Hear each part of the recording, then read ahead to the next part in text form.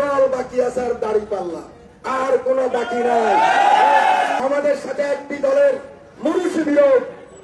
86 সালে আমাদের নেতা আব্দুর রব চৌধুরীকে গ্রেফতার করে ওই রামগতিতে 27 জন লোককে গুলি করেছে। জিতেন্দ্র পাটোয়ারি হত্যা হয়েছে। আমাদের সাথে মুরুষি বিরোধ।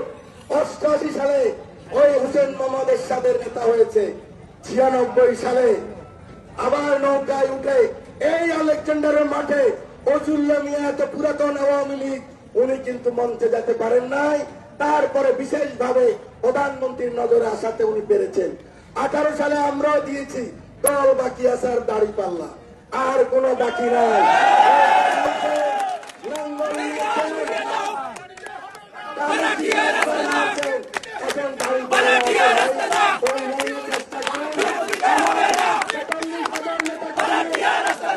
আমার 43,000 সাংগঠনিক নেতা কর্মী, সাংবাদিক ভাইরা নোট করতে পারেন।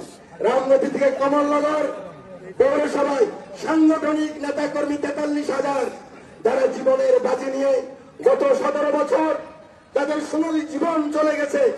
আমি তাদেরকে কোথায় রেখে যাব?